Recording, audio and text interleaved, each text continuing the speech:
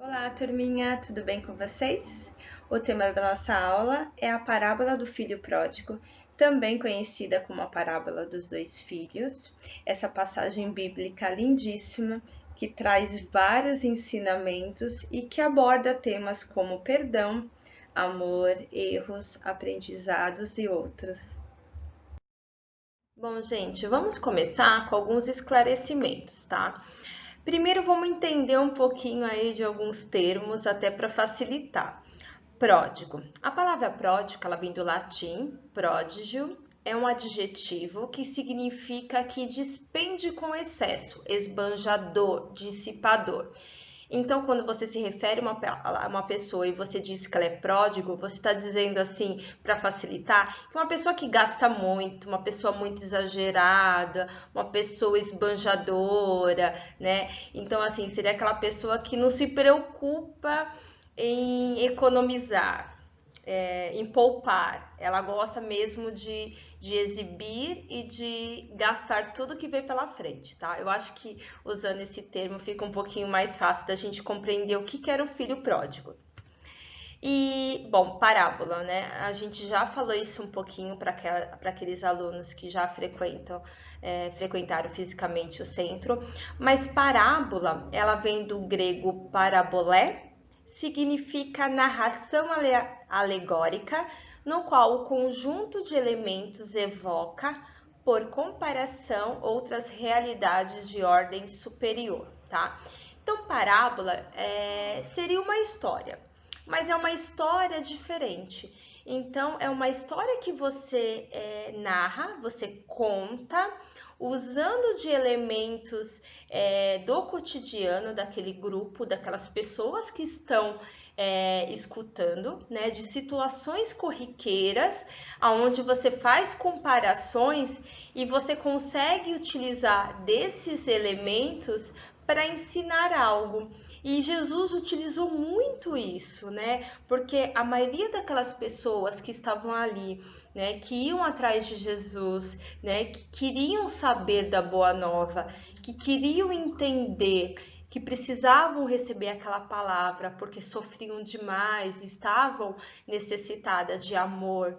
Elas eram pessoas simples, pessoas que não tinham estudo. Então Jesus precisava para aquelas pessoas ensinar, trazer conforto, né? Ele utilizava dessas histórias para que elas conseguissem compreender o que Jesus queria ensinar e pudesse trazer conforto para elas. Então, isso de uma maneira bem simples é o que significa parábola. Os discípulos se aproximaram dele, Jesus, então para dizer-lhe: Por que lhe falas em parábolas? Respondeu Jesus: Porque a vós é dado compreender os mistérios do reino dos céus, mas a eles não. Essa passagem está em Mateus. Que Jesus quis dizer que a palavra de Deus, o amor de Deus, o ensinamento de Deus chega a todos, ao simples, ao ignorante, ao sábio, ao inteligente, que para cada um a mensagem chega de uma maneira diferente, né? E para aquelas pessoas foi dado, né, o ensinamento por meio de parábolas, porque os outros tinham capacidade e meios de receber as informações sobre o reino de Deus de uma forma mais fácil, porque eles compreendiam melhor. Mas para aquelas outras pessoas já era um pouco mais diferente. Então, por isso que ele falava por parábolas. Bom, turminha, vamos começar com a análise do primeiro personagem da história, que é o pai. Jesus, ao contar a história, ele faz uma comparação, né, uma relação direta do pai da história com o nosso pai, o nosso Criador.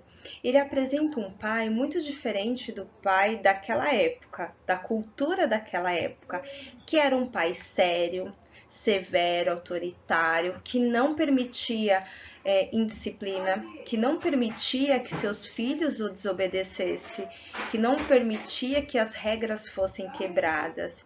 E o pai da parábola era um pai compreensivo, amoroso. Foi um pai que permitiu que o filho fosse embora, mesmo sabendo que aquele não era o caminho correto, que respeitou seu livre-arbítrio e que dividir os seus bens, mesmo sabendo que aquilo não era comum e que aquilo não era permitido segundo as regras da aldeia, da sociedade daquela época. E além de tudo isso, quando o filho se arrepende, né? Passa por toda aquela situação de perder todo o dinheiro, ou seja, perdeu parte do que o pai construiu em vida, né? Que o pai lutou para construir com o trabalho dele, né? Então, quando o filho retorna todo arrependido, né? Pedindo perdão, esse pai, além de perdoar, ele fica feliz, ele corre de encontro ao filho, o abraça, o beija. Além de perdoar, ele aceita como filho novamente, porque ele entende que seu filho renasceu, é como se ele tivesse nascido novamente. Ele mata um animal, promove uma festa, lhe entrega roupas novas e faz questão de comemorar aquele momento, que ele percebe que o filho estava perdido e que havia se reencontrado. E ali não fica registrado nada, nenhum sentimento de mágoa, não houve nenhum momento de julgamento, nenhum momento de rancor pelos erros do passado. E Jesus quis dizer o quê? Que o Deus que aquelas pessoas estavam acostumados, que era aquele Deus que punia, que castigava, que aquele Deus não existe. Que o nosso Criador é semelhante a esse Pai. É um Pai que nos perdoa, que nos ama incondicionalmente, que está sempre de braços abertos para nos receber novamente, que nos permite o livre-arbítrio, ou seja, que mesmo sabendo que a gente às vezes vai para o caminho errado, ele permite que a gente passe por isso, ele respeita as nossas decisões para que a gente possa aprender, infelizmente, pelo sofrimento. Então Jesus mostrou para aquelas pessoas que Deus nos ama e que a gente tem que ter isso em mente e recorrer a Ele a todo momento e não temê-lo. Não ter medo de Deus, né? A gente tem que amá-lo. E é essa relação de amor que Jesus quis enfatizar quando apresentou essa história e apresentou as características desse pai. A parábola também ensina e provoca uma nova imagem de pai, alicerçada no perdão e no amor incondicional. Esse pai zela pela disciplina na educação dos filhos, mas não a confunde com agressividade ou violência. Coloca limites necessários, mas não os confunde com restrição da liberdade. É um pai que às vezes se fecha e diz não, mas também arrisca, confia, abre os braços e solta o filho. O filho que ficou em casa. Essa parábola, a gente se apega muito à questão do filho pródigo, né? De tudo que ele fez, do erro que ele cometeu. Mas a gente se esquece do que fez, né? O que Jesus quis ensinar com o filho que ficou em casa. Porque tem um grande ensinamento aí. O filho que ficou em casa, na verdade, a princípio, né? No início a gente acredita que é o filho mais correto. Porque é o filho que não abandonou o pai, é o filho que fica e continua ali do lado do pai. Mas é o filho que, no primeiro momento onde ele teve que testar ali suas virtudes, ele foi reprovado, né? Que momento foi esse? Quando seu irmão retorna e ele percebe que seu pai o recebeu de volta com alegria, promovendo uma grande festa, matando um animal, ele foi possuído de vários sentimentos ruins, né? E deu força, poder. Ele ficou com inveja, ele ficou com ciúmes, ele se sentiu revoltado, ele julgou, ele condenou. Totalmente ao contrário de seu pai, né? Que não fez nada daquilo. E seu pai, percebendo aquilo, e vai de encontro a ele e lhe diz que ele reconhece e que tudo que ele tem é deste filho que sempre esteve do lado dele, mas que ele estava muito feliz porque ele percebeu que tinha um filho perdido e esse filho se reencontrou, voltou para casa, voltou para o lar, que ele nasceu de novo. que a gente pode aprender com isso? Porque muitas vezes a gente se apega muito ao superficial, às aparências. A gente acha que está fazendo a coisa certa, a gente procura fazer as coisas porque é muito preocupado com o que as pessoas vão falar, porque é aquilo que nós sabemos que é o correto, mas às vezes a gente não tem cultivado aquilo realmente que importa, né? Quando somos testados, a gente não consegue exercitar as nossas virtudes, porque o que a gente tem que ser para o mundo externo, a gente também tem que ser no íntimo, né? Não basta só falar do bem, não basta só não fazer o mal. A gente tem que fazer o bem, a gente tem que praticar a caridade. Então, numa situação dessa, ele tem que perdoar, ele tem que entender o irmão sem julgamentos, né? Então, mais vale a atitude de arrependimento do irmão mais novo, né? A humildade de retornar para o lar e pedir perdão para o pai, de voltar pedindo para ser um funcionário do pai, porque ele não se achava digno de ser filho, de reconhecer seu erro, do que aquele que vive numa situação cômoda, né? Tipo, vou ficar aqui, não vou arriscar para não errar, mas que também não faz nada para o seu aperfeiçoamento, para sua evolução e não procura ajudar aquelas pessoas que estão em volta, né? Não fazer nada não é fazer o bem, não é praticar o amor. A gente tem que ter atitudes, a gente tem que ter ações. Pode ser que nesse caminho a gente erre, mas se errar, que pode acontecer e que acontece muito, a gente tem a oportunidade de reparar, de voltar atrás, e pela experiência e pela dor, a gente aprende e não comete mais esses erros. Para viver em paz, urge identificar-se com o próximo e ser feliz com a felicidade do próximo. A vida trata de providenciar as reparações e as lições necessárias.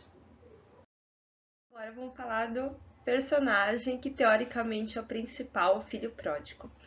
O filho pródigo, ele é muito semelhante a todos nós. É um personagem que escolheu o caminho errado, é o personagem que errou, que se deixou levar pelos bens materiais, pela vida fácil, pelos prazeres da terra. É o filho que escolheu a porta larga ao invés da porta estreita. É um filho que valorizou os valores materiais e não valorizou os valores espirituais, não reconheceu a grandeza e a beleza da família, do trabalho simples da terra. Ele não percebeu que o mundo oferece muitas coisas, né?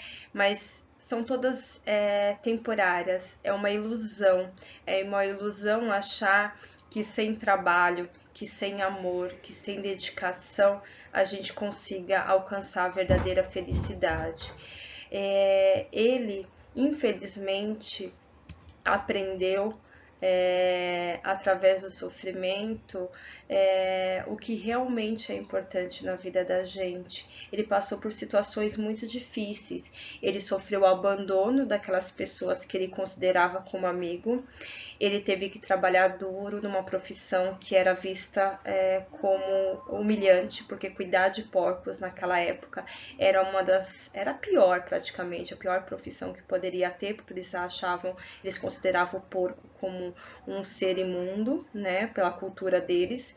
Ele passou fome, ele chegou a cogitar se alimentar da lavagem dos porcos, até que em determinado momento ele caiu em si, onde ele reconhece o erro, ele percebe tudo que ele fez de errado, pede perdão a Deus e tem a humildade de voltar para casa e pedir perdão para o pai. Ele vence o orgulho dele, né? Ele percebe o quanto ele foi egoísta. E é exatamente assim que a gente deve se comportar, porque estamos no mundo de prova e expiação, estamos aqui num processo de reforma íntima, de aprendizado, mas a gente não pode esquecer que precisamos voltar para o que é real, para aquilo que tem valor, que são os nossos princípios, que é a nossa família, que é o que realmente nós vamos levar para o plano espiritual. Porque tudo que tem aqui na Terra, tudo que é material, é temporário. Mas o amor, as nossas virtudes, as nossas obras espirituais, isso é eterno. Infelizmente, podemos nos imaginar cercado em nossa liberdade, quando a serviço do Pai, privado dos prazeres intensos e oprimidos por um jugo insuportável, a reforma íntima. Assim sendo, rebelamos, afastamos de Deus e atraímos miséria e sofrimento. Que possamos, como esse rapaz, esse jovem pródigo, que a gente possa iniciar e aperfeiçoar mais ainda a nossa reforma íntima, porque assim a gente vai escolher melhor, ter atitudes melhores, sofrer menos e conseguir sim cada vez mais se aproximar da verdadeira felicidade. E para finalizar, galerinha, porque a tia Amanda se empolga muito para falar, principalmente sobre a Bíblia, sobre Jesus e seus ensinamentos, tem algumas citações aqui. Reconhece-se o verdadeiro espírita pela sua transformação moral e pelos seus esforços que emprega para dominar suas inclinações más. Allan Kardec, Evangelho segundo o Espiritismo. Arrependimento seguido de ação. Eu adoro essa parte que complementa essa passagem do Evangelho. O arrependimento, gente, tem que ser seguido de ação. Não adianta se arrepender e não agir. A gente tem que se arrepender e agir, corrigir, se tornar uma pessoa melhor. Pai, pequei contra o céu e perante ti. Já não sou digno de ser chamado teu filho. Faze-me como um dos teus jornaleiros. Sempre humildade. Essa foi a frase do filho pródigo, quando ele volta e fala com seu pai. Que a gente possa ter sempre essa humildade para reconhecer os nossos erros e tentar, né, pedir perdão para aqueles ao qual a gente ofende, a gente magoa. Amor e perdão foram essas as atitudes do pai esperançoso, aguardava a volta do seu filho. O pai tinha todos os motivos para exortar o filho fujão com um longo sermão. Contudo, não o fez. Abdicou-se dos direitos de acusações, para dar lugar ao perdão e alegria por ver seu filho de volta ao convívio da família. Assim é Deus em sua infinita misericórdia. Gente, não se esqueçam. É essa a imagem que vocês têm que ter do nosso Criador. Um Deus que tem um amor incondicional por todos nós. Não se esqueçam disso, jamais. Esse Deus amoroso estará sempre de braços abertos para nos acolher, para nos amparar, para nos inspirar, para nos proteger de todo mal. Então, conforme parábola do filho pródigo, que possamos sempre tomar as melhores decisões, que possamos sempre se arrepender dos nossos erros e que possamos sempre buscar a esse Deus maravilhoso que está lá sempre sorrindo, nos amando, cuidando de cada um de nós, cuidando da nossa família e que possamos ser sempre gratos a todo esse amor. E agradeço a todos por mais essa oportunidade de uma aula maravilhosa. Obrigado a todos. E agora a gente está à disposição para esclarecer qualquer dúvida, qualquer comentário, né, que a gente possa falar um pouquinho mais dessa parábola. E para falar da atividade, eu gostaria que todos vocês, por favor, que vocês abrissem a Bíblia. Quem não tem a Bíblia física, tem na internet, a gente tem algumas versões de Bíblia online. Eu queria que vocês buscassem uma outra parábola, que de repente, ou uma que vocês já conhecem, ou alguma outra que vocês nunca ouviram, e que vocês mandassem até quarta-feira, né, da próxima semana, um comentário, pode ser um parágrafo, mas que você falasse o que você entendeu, o que você extraiu de ensinamento dessa parábola que vocês conheceram, que vocês pesquisaram, tá bom? Um beijo e obrigada pela atenção de todos vocês. Tchau, tchau!